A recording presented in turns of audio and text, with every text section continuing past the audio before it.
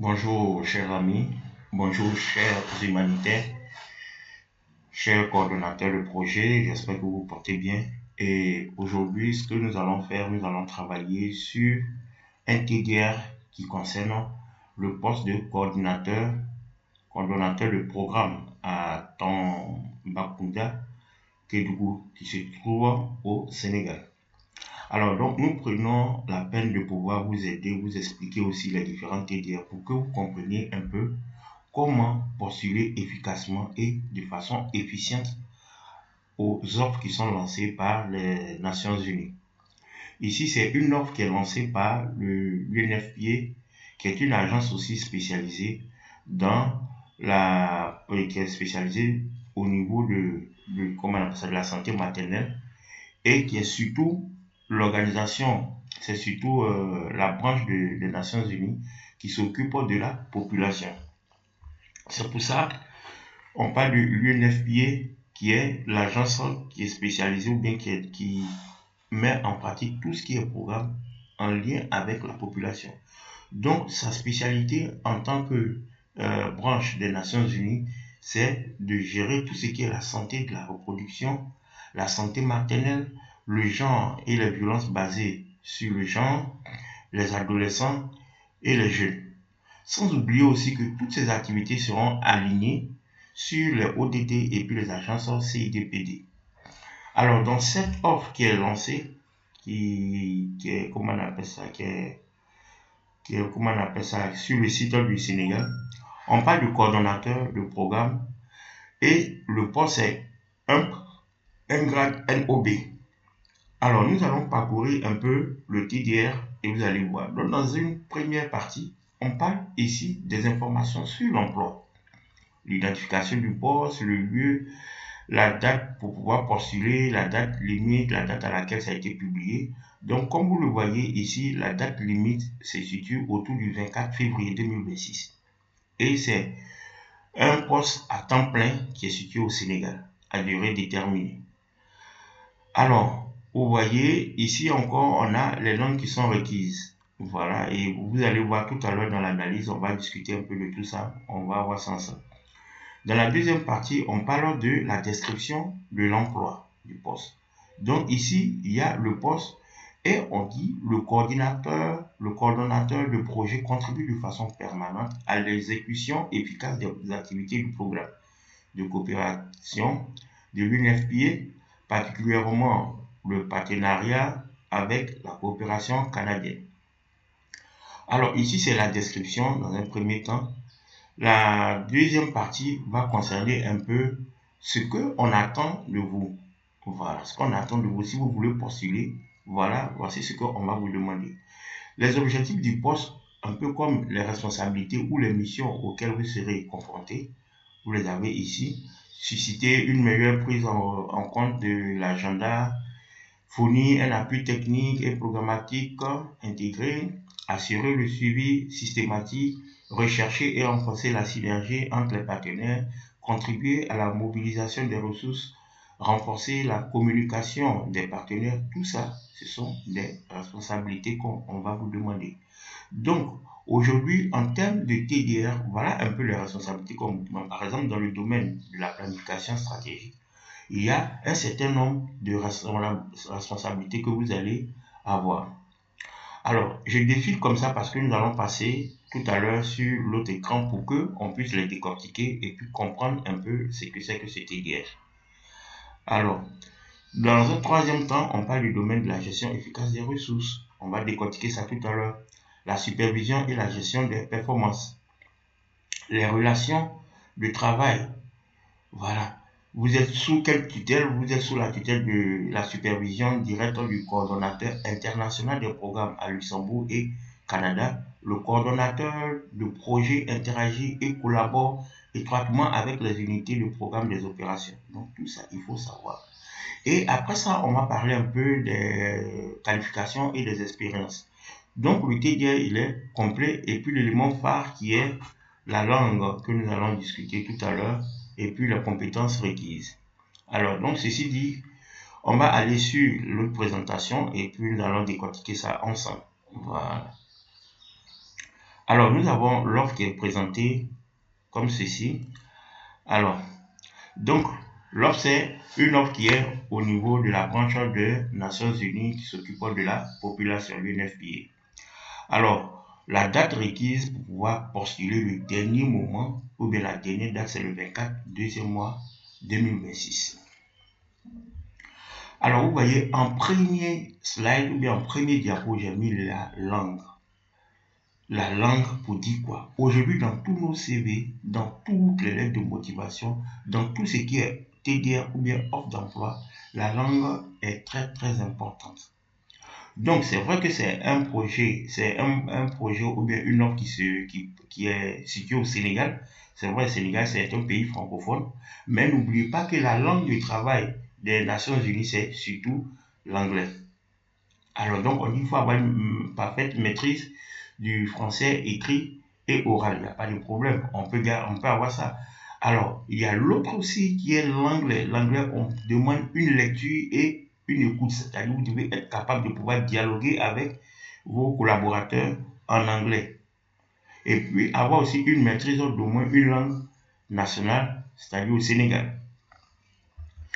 Le titre du poste, c'est coordonnateur de programme à l'UNFPA au Sénégal, dans quelle zone? Tambacounda et Kédougou. Alors, ce que vous devez savoir, c'est ce que j'explique toujours aux personnes que j'accompagne. Il ne s'agit pas de voir toutes les offres et il faut se lancer pour postuler.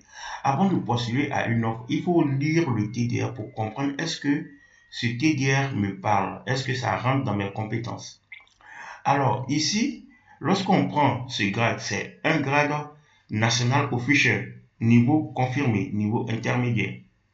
Donc, il faut faire attention. C'est un poste terrain et coordination. Ce n'est pas une question d'un poste d'ingénieur. Ce n'est pas pour un exécutant, ni un poste de bureau. C'est un poste de terrain et coordination ou coordination. Donc, c'est en interaction avec les autorités sénégalaises, avec d'autres ONG, avec des partenaires, des bailleurs. Parce que ici, ce coordonnateur-là, ce qu'on cherche de lui, des résultats concrets, mais pas de théorie. Voilà. En termes de formation, on demande un bac plus 4 au minimum. Et puis, dans des spécialités telles que la santé ou les sciences sociales, vous pouvez avoir, par exemple, des compétences ou bien un diplôme en santé, mais ne pas avoir un niveau ou bien une formation en sciences sociales, ça va fortement limiter votre présélection. Et lorsqu'il y a des logiciels qui permettent de pouvoir faire le tri au départ, lorsqu'on ne retrouve pas ça dedans, vous êtes éjecté totalement, automatiquement. En termes d'expérience, on demande au minimum 2 ans d'expérience en gestion de projet ou programme, ou bien 5 ans en gestion axée sur les résultats. Parce que c'est un poste qui est beaucoup plus axé sur la gestion, axé sur les résultats. Donc faites très attention. Si ces deux éléments, un élément n'est pas là, c'est difficile. Vous pouvez avoir 2 ans de gestion en projet et programme, ça peut passer. Il n'y a pas de problème. Mais entre les deux, il faut qu'un soit là. En termes de technique, le TDR demande que vous ayez une compétence des techniques en planification, en suivi des indicateurs, en rapport analytique et puis suivi budgétaire. Mais sachez une chose, le diplôme, ça va vous rendre éligible, mais l'expérience va vous rendre sélectionnable. Le rôle réel qu'on vous demande ou bien les compétences, en toute chose, voilà ce que vous allez prendre pour faire votre CV. Aujourd'hui, vous allez voir que on dit ce que tu feras vraiment. Tu vas coordonner la mise en œuvre des projets de l'UNFPA dans la région, appuyer les partenaires ONG, régions médicales, suivre des activités sur le terrain, gérer les budgets, équipements et rapports, superviser une petite équipe régionale. Ici, vous devez comprendre une chose. L'UNFPA ne cherche pas autre chose, ne cherche pas un exécutant. Cette organisation a besoin d'un manager de programme. C'est un manager de programme. Donc, si vous avez des compétences de management des programmes, bienvenue et puis vous pouvez postuler. Alors, ici, à travers les analyses des CV que je fais quotidiennement dans mes activités, il y a plusieurs erreurs que je constate. Et il y a plusieurs stratégies que nous essayons de donner comme conseil. Aujourd'hui, les erreurs fréquentes on voit des CV qui sont génériques. Un CV qui ne reprend pas les thèmes ou bien les mots-clés du CV est déjà éliminé d'office. Dans les CV, il vous faut des résultats mesurables. Voilà pourquoi on parle de transformer les tâches en expérience ou bien de les transformer en expérience impactante. Par exemple, dans ce projet, si vous n'avez pas cette expression gestion axée sur les résultats ou bien les PTA dans votre CV, ça veut dire que le CV ne parle pas le langage des bailleurs. Ça doit parler le langage des bailleurs. Donc faites très attention, tout ça doit être dans le CV. La gare PTA, ça doit être dans le CV pour que le logiciel de tri puisse automatiquement détecter que vous êtes la meilleure personne, bien vous êtes l'une des personnes qu'on peut peut-être solliciter. En termes de conseils, par exemple, ne pas toujours montrer que tu sais planifier, tu sais, il faut toujours rester en tête, il faut toujours garder en tête que tu dois savoir planifier, sur corriger, rendre compte. Tu dois montrer aussi que tu sais lire des TDR, tu dois savoir manager une équipe. Donc, pour cela, je dis toujours chaque fois aux gens, ou bien aux personnes que j'accompagne, chaque expérience doit être transformée en action plus résultat. Par exemple, on peut dire coordination des PTA régionaux avec amélioration du taux d'exécution et suivi des indicateurs. Ça peut être, c'est voilà un exemple qui est la action plus résultat. Par exemple, ici, à ce niveau, l'ONU ne recrute que des profils stratégiques et opérationnels. Alors, un élément très important dans les CV que je vois toujours, et lorsque les gens me disent ah, on a postulé, on n'arrive pas à être recruté et tout ça, un élément très important, c'est que il y a un logiciel, les organisations internationales utilisent des logiciels pour trier les personnes qui remplissent ou bien qui parlent le langage de leur structure. Voilà. Alors, on voit des CV qui parlent d'autres choses pendant que il y a des mots techniques qui sont dans le TDR, en tout cas, on doit retrouver sur le CV. Par exemple, vous allez voir dans ce TDR, on parle d'intégrité. Quand on parle d'intégrité, ça veut dire que dans votre CV, des expressions telles que conformité, redevabilité doivent être dans les expériences que vous avez eues. Quand on parle d'engagement de l'ONU, on veut parler des alignements institutionnels. Alignés à quel, comment on appelle ça, à quel ODD. N'oubliez pas ces alignements. On parle de la diversité, on va parler de l'environnement et tout ça, l'adaptabilité, la gestion du changement. Ce sont des mots techniques, des mots-clés qui doivent être dans votre CV. Lorsqu'on prend les compétences à scanner, par exemple, quand on parle de résultats, on doit avoir l'expression performance. Quand on parle de responsabilité, on doit avoir accountability. On doit avoir aussi des expressions telles que analyse et données, le travail en équipe. Tout ça, ce sont des éléments qu'on doit retrouver dans votre CV. Là, le bailleur ou bien le recruteur, même le logiciel de tri reconnaît que cette personne, elle parle nous notre langage. Et c'est facile d'être présélectionné. Donc, c'est des choses à prendre en considération. Les mots-clés surtout. Alors, comment faire passer ton CV au filtre du logiciel? Il y a une méthode qui est très simple. La méthode que nous utilisons généralement pour faire des analyses, pour accompagner, vous devez comprendre que chaque expérience doit contenir un résultat, doit contenir un contexte, doit contenir une action. Aujourd'hui, par exemple, dans ce CV et dans ce TDR, vous devez transformer vos expériences pour que ces trois mots ou bien ces trois éléments-là ressortent. Par exemple, les résultats, vous devez parler de la gestion axée sur les résultats. Dans vos expériences, vous devez parler de tout ce qui est indicateur. Vous devez montrer aussi votre compétence en gestion en parlant du PTA, du budget, des ressources. Sans oublier aussi cette expression qui est la coordination, vous devez parler de partenaires avec qui vous avez travaillé et les équipes que vous avez managées. Ça doit être obligatoire dans votre CV. On doit retrouver ça obligatoirement dans votre CV. Ces expressions que je viens de citer, ces trois éléments. Ces mots-clés doivent forcément apparaître. Gestion des ressources humaines, budget, suivi budgétaire, indicateur, reporting analytique, le plaidoyer, même le dialogue, parce que vous devez avoir une compétence en communication. La supervision, le leadership, tout ça doit être, on doit faire ressortir ça dans votre CV. C'est pour ça que nous accompagnons des personnes à écrire ou bien à peaufiner ou bien à orienter leur CV vers des CV à impact. Donc ici, par exemple, on peut prendre un exemple sur la coordination des activités du programme avec suivi des indicateurs, gestion des ressources humaines, appui aux partenaires et reporting aligné sur la gare. Ça, c'est une expérience qui parle aux recruteurs. Donc c'est comme ça que vous devez transformer vos expériences en expériences impactantes et éviter de citer des tâches. Alors, il faut toujours transformer vos expériences en impact mesurable, même sur le CV, à l'entretien, ONU et dans l'humanité, c'est toujours comme ça. Il faut respecter le principe.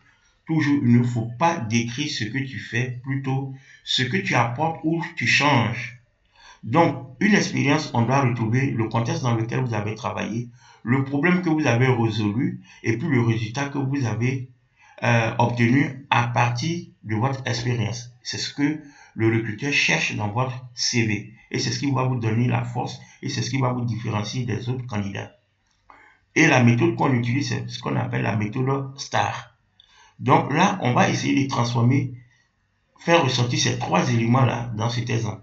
Par exemple, ici, on parle de la coordination des activités du programme au niveau régional. Là, on parle du contexte au niveau régional, avec suivi des indicateurs et gestion des ressources humaines. Là, c'est les résultats. Qu'est-ce que ça nous a permis? Qu'est-ce qu'on voulait résoudre? Aujourd'hui, on a dit que ça nous permet de suivre des indicateurs et la gestion des ressources humaines. Ça nous a permis d'améliorer le taux d'exécution des PTA et la qualité du reporting aligné sur la gare. C'est comme la gare devient une référence. Donc, n'oubliez pas ça. Voilà un peu comment on peut transformer une expérience en une expérience impactante et mesurable. Alors, ce que vous devez retenir, un bon CV de l'ONU doit faire deux choses à la fois. C'est-à-dire parler le langage des logiciels de tri, l'ATS, et puis doit prouver l'impact pour le recruteur qui va lire le CV. Parce que votre CV, d'abord, c'est un logiciel qui vous présélectionne avant que ça tombe chez un humain, le recruteur, pour que le recruteur lise. Donc, faites très attention, vous pouvez être éliminé au premier tri, c'est-à-dire par le tri du logiciel. Je rappelle encore la date pour postuler. Le dernier délai, c'est le 24 deuxième mois 2026. Merci infiniment et puis bonne chance. On vous accompagne si vous voulez aussi. On peut vous accompagner. Vous pouvez nous contacter. On peut vous accompagner à rédiger votre CV de façon impactante, à rédiger votre lettre de motivation et à vous aider aussi à pouvoir évoluer et puis passer le premier tri. Merci beaucoup infiniment et on a la prochaine.